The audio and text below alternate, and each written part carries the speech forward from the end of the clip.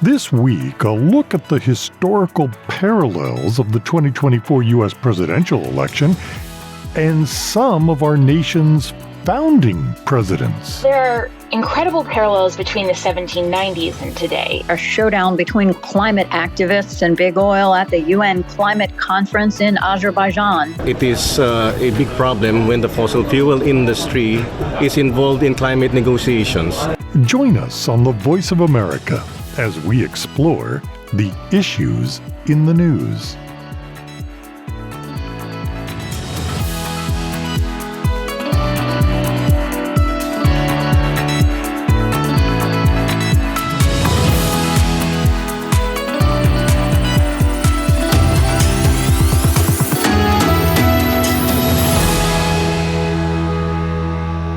In Washington, I'm Scott Walterman. And I'm Lori London. We're going to deliver for the American people. We're going to bring down the cost of living. We are going to turn American energy dominance back on. We are going to secure the border. We're going to take care of our stature on the world stage to restore peace through strength again. And all of the things that are concerning people, from woke ideologies in the schools and the business place to all the other chaos that we've ensued with the rising crime rates and everything around the country, we have solutions for all that. House Speaker Mike Johnson, as President-elect Donald Trump has begun to announce his nominations for cabinet positions, with varying degrees of experience to some of the most crucial positions in his next government. Reuters correspondent Zachary Goldman has more. U.S. President-elect Donald Trump has announced his picks to fill a number of crucial positions in his next administration. Some have been criticized for a lack of experience, but many share two common characteristics: loyalty to Trump himself and hardline political stances on issues important to the incoming president. Trump on Tuesday said he had picked Pete Hegseth to run the Department of Defense. Hegseth is a Fox News commentator and veteran of the Army National Guard, who said he quit the military in 2021, claiming it had sidelined him over his political and religious views. I commit to provide the President and the Secretary of Defense my military advice. He has clashed with Air Force General C.Q. Brown, the chairman of the Joint Chiefs of Staff, accusing the military leader of, quote, wokeness, and suggesting he got the position because of the color of his skin. The top Democratic lawmaker on the House Armed Services Committee criticized the decision to name Hegseth to lead the Pentagon. Representative Adam Smith wrote on X, quote, "The job of Secretary of Defense should not be an entry-level position. Because together with Donald Trump, we are going to make America not just great, but greater than it has ever been before." Trump tapped Republican Senator Marco Rubio for the role of Secretary of State. Rubio is a veteran of the Senate's Foreign Relations and Intelligence Committees. The senator has in the past advocated for a more muscular stance with respect to U.S. geopolitical foes, including China, Iran, and Cuba. He has shifted some of his positions in recent years to fall more in line with Trump's, including pushing for a less interventionist foreign policy. The only person in the race that I trust to do what needs to be done on these issues is President Trump. South Dakota Governor Kristi Noem was named to lead the Department of Homeland Security, overseeing everything from border security to disaster response to the U.S. Secret Service. She has little experience on the national stage and has held no prior role with DHS. The governor rose to national prominence after refusing to impose a statewide mask mandate during the COVID-19 pandemic. Noem later garnered attention for an episode in her memoir describing how she shot and killed a pet dog she deemed insufficiently obedient. At Harvard, does calling for the genocide of Jews violate Harvard's rules of bullying and harassment, yes or no? Republican Representative Elise Stefanik is Trump's nominee to represent the U.S. at the United Nations. The New York lawmaker is a fierce defender of the president's agenda. She drew notice for castigating the heads of American universities for their responses to pro-Palestinian protests on campuses. Stefanik will arrive at the UN after bold promises by Trump to end the Russia-Ukraine war and Israel's war in Gaza. As you can see, I'm not just MAGA, I'm dark MAGA. We are hungry to be part of something bigger than ourselves. Trump announced he would task Tesla founder Elon Musk and former Republican presidential candidate Vivek Ramaswamy with his goals of dismantling government bureaucracy, cutting excess spending, and regulations.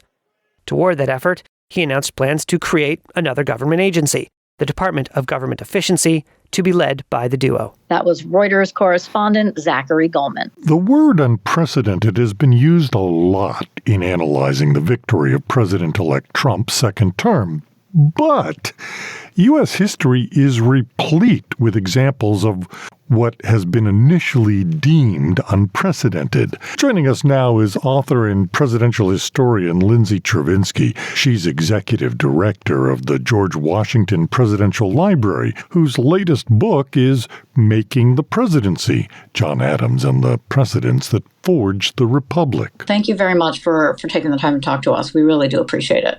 Yeah, of course. I want to talk about your book a bit, and I want to talk about the significance of the historical significance of what is happening with this election. Is it safe to say that he will become a historically consequential president as well in terms of historical perspective? And if so, can you elaborate on why? I think Donald Trump will certainly be remembered as a noteworthy figure. It's extremely difficult to tell someone's historical legacy while they're still in office, because so much of that is shaped based on what comes after, what policies continue, what is disregarded. So in a lot of ways, we don't know yet what the impact will be, but I certainly think his tendency based on the first term to disregard norms and customs, to do things differently than previous presidents, it will certainly be worth mentioning in the history books. Do you think that it's potentially a realignment? Well, we're certainly seeing some sort of realignment in terms of the voting population, how the parties speak to voters, what their policy issues are. You know, the foreign policy of the Republican Party right now is more akin to the Democratic Party from the 1970s than it is to the Republican Party of the early 2000s. So certainly there are shifts taking place. What we don't really know yet is how much of those shifts are just a general displeasure with incumbents around the world and how much of it is Donald Trump specific. A lot of people are either really happy or really fraught. So can you give us some historic perspective in terms of this kind of presidency in the past? Well, there are a couple of moments where presidents or presidential candidates have been particularly divisive or have sparked particularly strong feelings. So, I think the Abraham Lincoln in the Civil War is an obvious choice. Andrew Jackson in the 1830s is another example where he had hardcore devotees who adored him and really worshipped his every move, and people who felt that he was a demagogue and he was dangerous for the future of the nation. More recently, I think that I'm not sure that Ronald Reagan ever inspired as much sort of fear and loathing as we might see right now, but certainly people really felt strongly in a positive direction about his candidacy. The other example that I might point to would be FDR. People on the left or Democrats tended to adore FDR, whereas a lot of more business-inclined Republicans felt that he would be quite dangerous to the democracy and to economy more broadly. Are there any other historical parallels that you can see? I know you wrote about John Adams. Well, there are incredible parallels between the 1790s and today. If I were to describe a decade that was characterized by pandemics, concerns about immigration, xenophobia, citizenship, who gets to belong in the United States, freedom of speech, sedition laws, political violence, foreign interference in elections, these were all things that happened in the 1790s and would probably sound incredibly familiar. The election of 1800 itself was a contested election. It was thrown to the House of Representatives after there was a tie, and they ended up taking 36 ballots to determine that Thomas Jefferson would be the third president of the United States. And in that period of time, there was an incredible and quite palpable threat of violence. What is different about that moment is that moderates from both parties came together to form a compromise and demonstrated civic virtue, which was putting the Constitution above one's own political or personal interests, and move forward embracing a peaceful transfer of power, recognizing that that was the most central building block of what it means to be a republic. And I'm not seeing a whole lot of demonstration of that type of unity in this particular moment. We're watching the new president put together his cabinet, and a lot of the reporting and analysis is that they're more loyal to Donald Trump than they are experienced in the positions they're being given. Is there any historic precedent for that kind of thing? Yeah, there is. So that immediately brings to mind Warren Harding, who was president in the 1920s. He filled his cabinet with many friends and colleagues, most of whom were from Ohio. They were known as the Ohio Gang. They were all quite friendly with him, and many of them were from, businesses or had business interests at heart.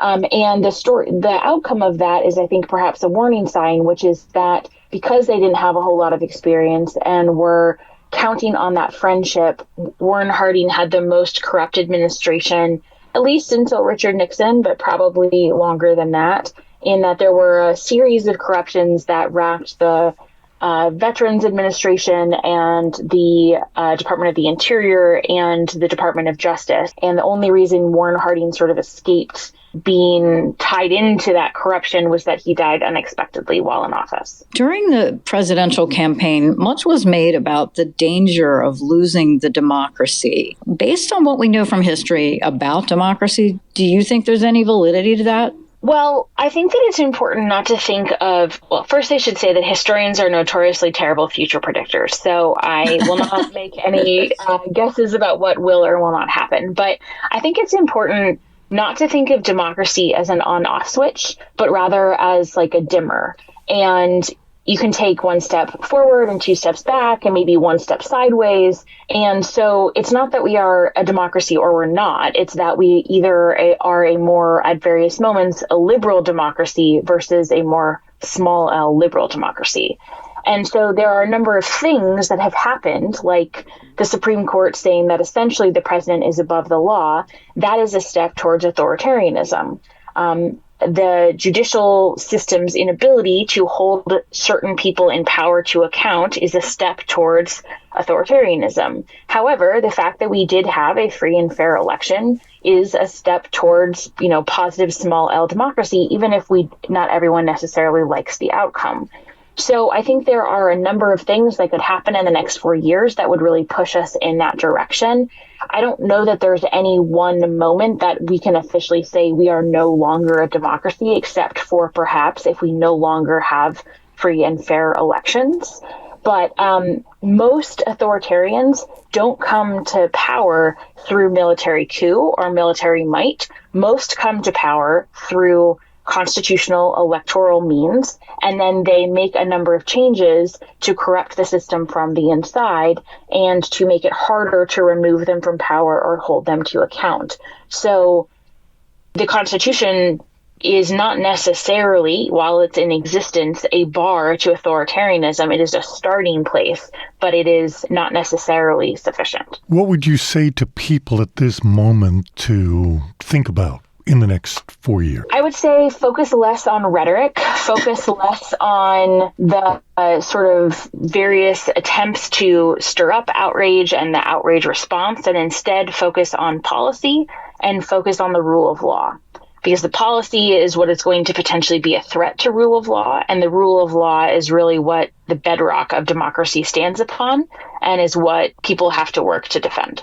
Okay, I have a twofold question. First, your book, Making the Presidency, John Adams and the Precedents that Forged the Republic. Are there lessons on the American presidency that we can learn from our nation's second president, John Adams? Yes, absolutely. So one of the things that John Adams understood, he wrote a letter to his wife, Abigail, after spending his first night in the White House and said, "May none but honest and wise men rule under this roof." And the reason he wrote that is because he understood that character matters a great deal to the presidency. Very little of the presidency is actually written down in the Constitution and depends intensely on people acting in good faith and trying to uphold the norms and customs of our system. And we just never really know what is going to come down the pike. And so instead, we have to try and focus on having people of good character and demanding they uphold that character. So that would be the lesson that I would ask people to focus on. Well, okay. Then finally, and probably the most important question of all, is your dog. You named your dog John Quincy Dog Adams. I did. And, we're very dog friendly here on this program. Why did you choose that name and that president for your pup? John Quincy Dog Adams, like his namesake, is way too smart for his own good. He is highly opinionated, has very strong feelings about people, and a very strong sense of his own personal boundaries. And so he is never boring, always entertaining, and therefore John Quincy Adams felt like a very good namesake. What breed is it? So he is technically a full-bred American foxhound. He is a rescue dog. Actually, this story is so full of fate. It's unbelievable. So he's a rescue dog. I got him as a puppy, did one of those DNA tests, and it turns out he's an American foxhound. I got him when I was working on my first book, which was called The Cabinet, George Washington and the Creation of an American Institution. And it turns out that George Washington created the American foxhound breed by breeding English hounds with French hounds that he received as a gift from the Marquis de Lafayette. And the person who brought over those French hounds was none other than John Quincy Adams, none of which I knew when I named my dog John Quincy Dog Adams. That's an awesome story. That's incredible. All right. Well, thank you so much for taking the time to speak with us. We really appreciate your thoughts and your insights. Absolutely. Author and presidential historian Lindsey Chervinsky, executive director of the George Washington Presidential Library, whose latest book is Making the Presidency, John Adams and the Precedents that Forged the Republic.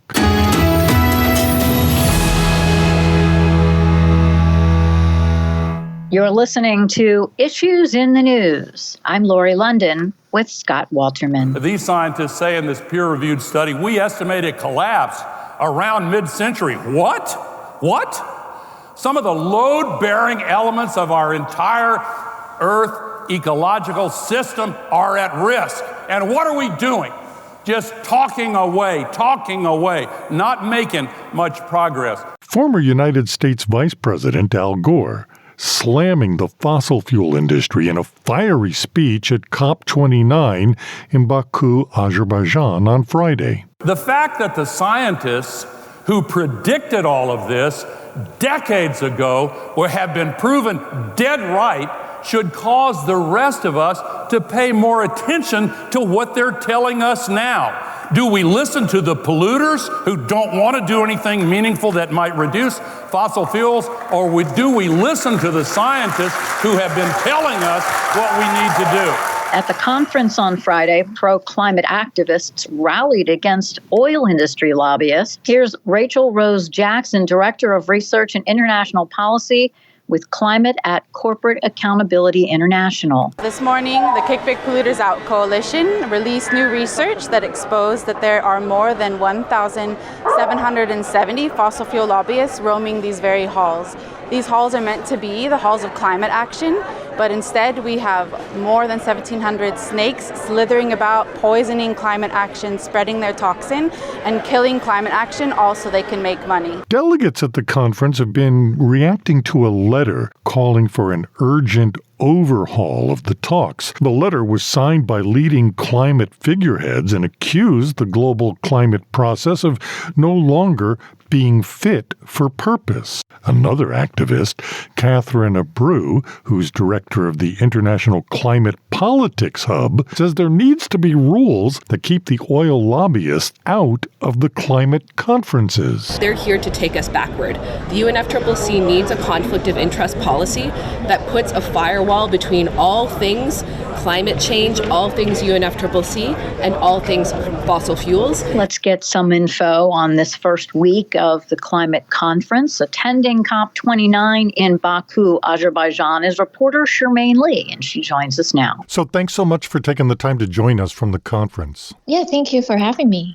So I guess the really big question here about this year's COP is, what's the mood knowing that the United States is probably going to pull out of the Paris Accord again? I do think because it happened so close to the start of COP, it is indeed a big topic that a lot of people talk about during COP. So there is, from the conversations that I have with people here, that there's a general sort of thought that like Trump leadership would be undoing the IRA of the Biden administration. But I think on the first day, John Podesta, the U.S. senior presidential advisor for climate policy, did insist that even under Trump's presidency, the IRA would still stay on. So I do think on the U.S. side, they are very strong about how the current climate policies and also what they've been doing here wouldn't be tarnished, even if the leadership change hands. And I think people are still trying to be optimistic about the change of leadership as well. For example, the Prime Minister of Barbados, Mia Mottley, did say to Guardian that she wanted to invite Donald Trump to a face-to-face meeting to find common ground and persuade him climate action is in his own interest. What also I find interesting is that there are some reports, including in the Wall Street Journal, that the Trump victory leaves China calling the shots at COP29 and that China appears to be more committed than ever. I do think it depends on who we ask, of course, but I think a lot of people do feel that the future of climate commitment of the U.S. is quite uncertain. So for that, it could be comparatively that China seems to be indeed a lot more committed. And from the experts that I talked to, they also say that China has been actually quite committed. Also, in terms of policies with a consistent leadership for climate, it is actually quite beneficial in a way because that the policies can actually stay on. You mentioned Barbados, and this didn't come as a surprise to anybody at the conference. So what are some of the other things you're seeing about people stepping up to try to reach the goals set last year at COP28? So for loss and damage, I do think there is quite some good news. So it was established last year for the Global North to pay for the climate disasters damages for the Global South countries. And at the time, it was established that it's voluntary. It will also be managed by the World Bank. It attracted some controversy at the time. And then in this COP, actually, that quite some countries, again, agree to contribute new fund to it. And they also agree, actually, that it would start financing projects next year. So I do think it's earlier than expected because last year there were a lot of voices about how they don't know when the money could actually reach the people in need. But now that they agree that the financing would start next year, there's quite some positive mood around it. What are some of the other main issues that are being discussed or expected to be discussed? So one is that the biggest goal for this COP would be to come up with a new collective quantified goal, which is a climate finance goal, especially from the global north countries who are historic co-emitters, to pay for the global south countries to help them reduce emissions and also build resilience to climate disasters. In 2009, they actually came up with a goal which is around $100 billion a year from these countries to developing nations. And this goal is quite obsolete, actually. And now the estimate is at least at $1 trillion a year. So now they have to come up with a new number, and this negotiation is still going on. I think everyone is monitoring that very closely. Because COP29 is called a finance COP, this is the biggest negotiation for this COP. For another issue would be the carbon market. On the first day of COP, there is already some good news. All of this is a breakthrough of negotiations of Article 6.4, which allows a bigger global carbon credit trade that also involve companies and individuals. So previously, they agreed standards for carbon credit trade is mostly from country to country, especially within the UN. But now, once this Article 6.4 passed, companies and individuals can also submit their project under this system. But of course, the negotiations are not completed yet. So countries still have to sort of really iron out the details. Would you say that the mood is still optimistic? I do think so, because I think a lot of people are doing a lot of bilateral meetings. So there are some government ministers that I talked to, and so they are actually able to form new relationships and projects and get funding for their own climate projects back home, especially for the Global South. Correspondent Chermaine Lee in Azerbaijan at COP29. That's all the time we have this week. On behalf of everyone at VOA, thank you for listening. You can check out our daily podcast, The Issue, Monday through Friday on your favorite social media platform. Join us next week for more issues in the news. Until then, I'm Scott Walterman. And I'm Lori London.